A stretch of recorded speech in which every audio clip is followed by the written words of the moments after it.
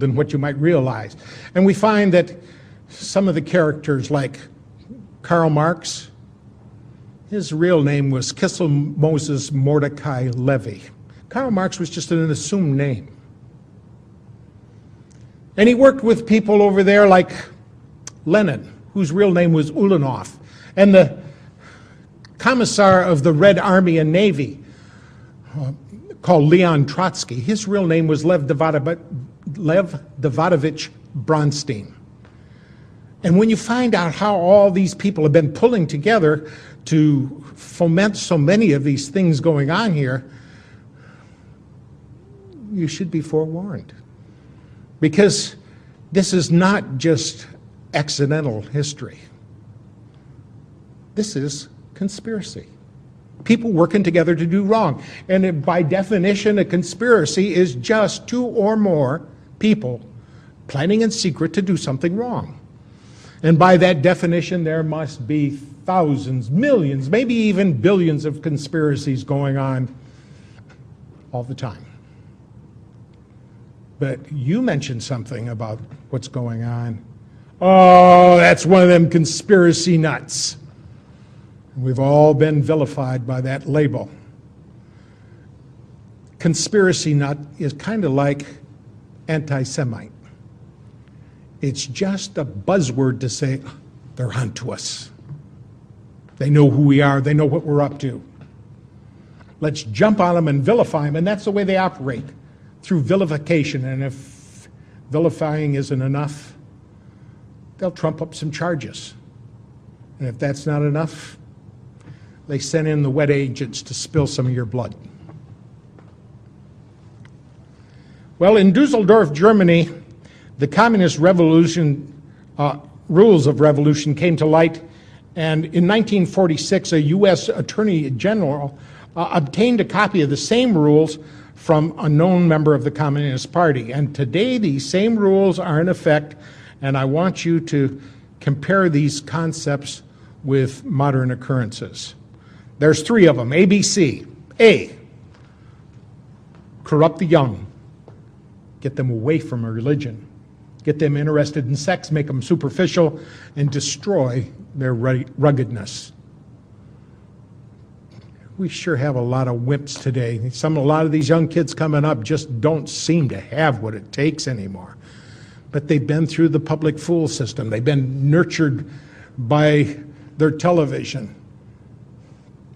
And it's hard to think anymore. It used to be when you went to school, they taught you how to think. Now you go to school, they teach you what to think. B, get control of all means of publicity. Thereby, and there's 7 parts to that, get people's minds off their government by focusing their attention on athletics, sexy books, plays, and other trivialities. And boy, have we become trivial. 2, divide the people into hostile groups by constantly harping on controversial matters of no importance.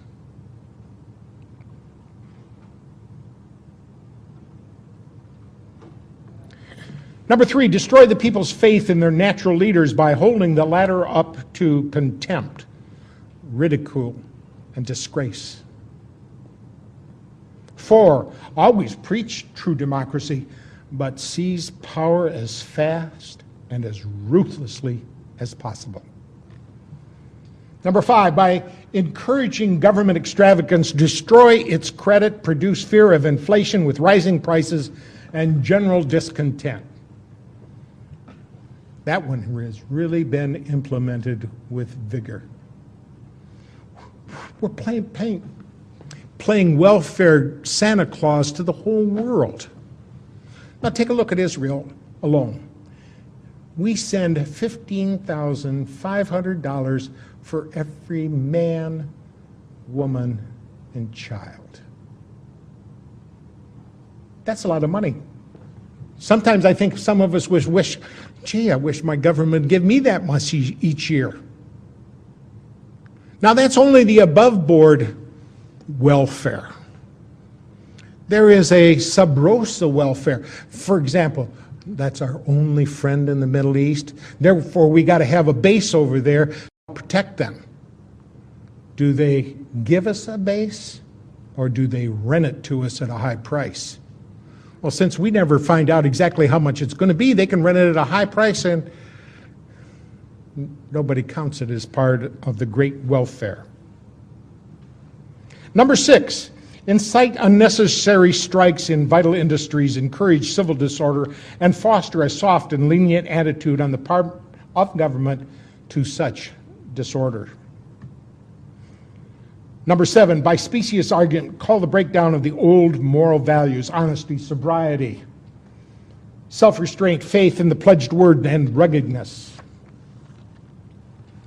So those are the 7 reasons they wanted to get a hold of means of publicity so they could implement that. And number C of the communist rules of revolution, cause the registration of all firearms on some pretext with a view to confiscating them and leaving the populace helpless.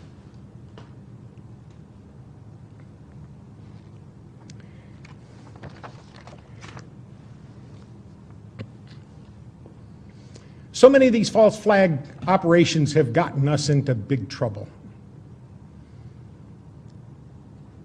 We know now that ship, I think it was the Maine, that was sunk down there in Cuba. We were told it's because the Spanish had mined the harbor, but we now know that the explosion took place inside the ship.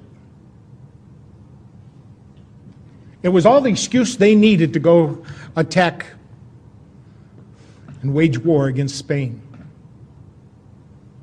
We see so many of those false flag operations. World War II, it was Pearl Harbor. It wasn't a false flag operation, but it was sure close to it. It was pretending like we're just innocent people standing here when 6 months before Pearl Harbor, our government froze all Japanese money in banks. Any way you look at it, that's theft. 3 weeks before Pearl Harbor, our government gave him a 100% oil embargo. Do you remember back in the 70s when we got a 10% oil embargo from the Arabs, and the lines at the gas pumps were long and we suffered under that?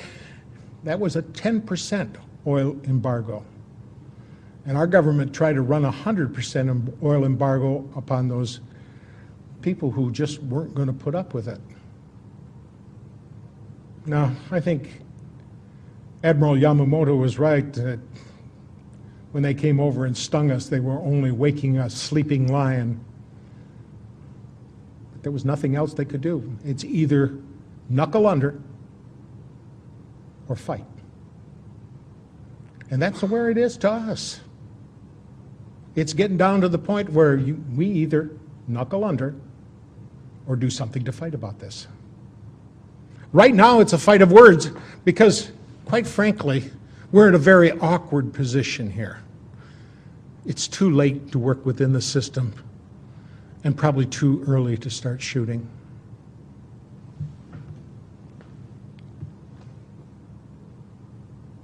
And I think there's a whole lot of us here in America that really and truly are gutless. And it's only going to be the land of the free as long as it's the home of the brave.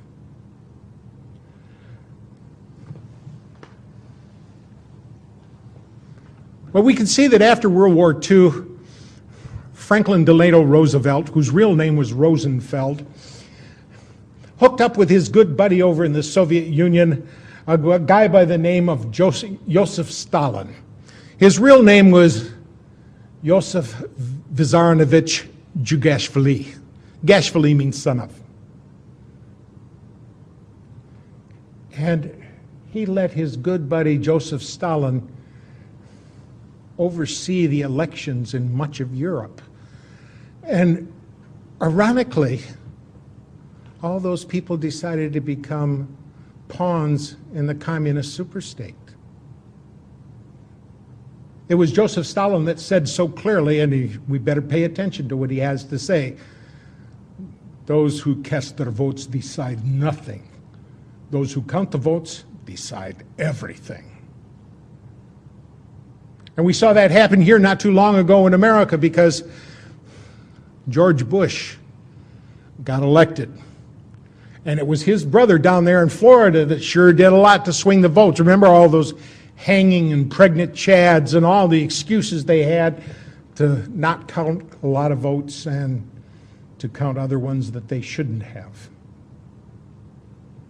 And that reared its ugly head here again in 2004 because down in Ohio, the people who were in charge of the election commission said to the people who were bringing in the voting machines, all right, open up your voting machines before the polls start here because I want to see ahead of time that all the registries are set to zero, that there are no names inside. And they said, oh no, you can't look inside these machines. It's for security. It's for the sanctity of the vote. We must not let anybody look in the machines. And they said, we're the ones in charge of seeing whether or not the sanctity of the vote is taken care of. You're going to open up those machines right now. And there was a lot of protesting, a lot of weeping, and a lot of wailing, but they did end up opening up those machines. Every machine had 300 to 400 votes for Bush on it already. It was a big deal down in Ohio. It was on television, it was in the newspapers, but it just didn't make its way around the rest of America. Why? Who owns the newspapers? Who owns the television? Who owns the radio? The same people that own the voting machines. There's only 4 companies here in America that own voting machines, and every one of them are mafia affiliates. Now these television stations, ABC, NBC, CBS, and all the rest of them that have any influence and any power whatsoever, got together and formed a new corporation. It's called News Election Services.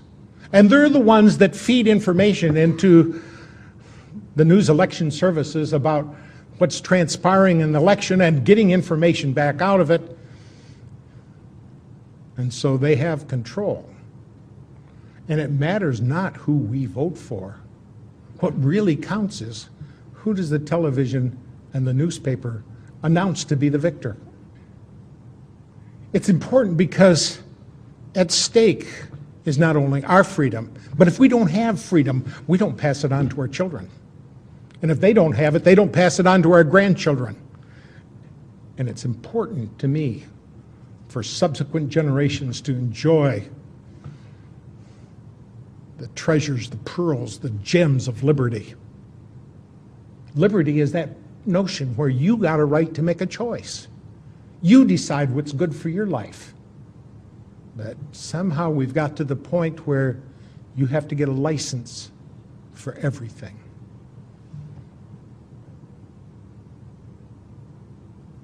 But as long as the people don't speak up, as long as we don't do what's necessary to inform the others around us, as long as we act lethargically rather than robust and animated champions of liberty, it'll slip right through our fingers.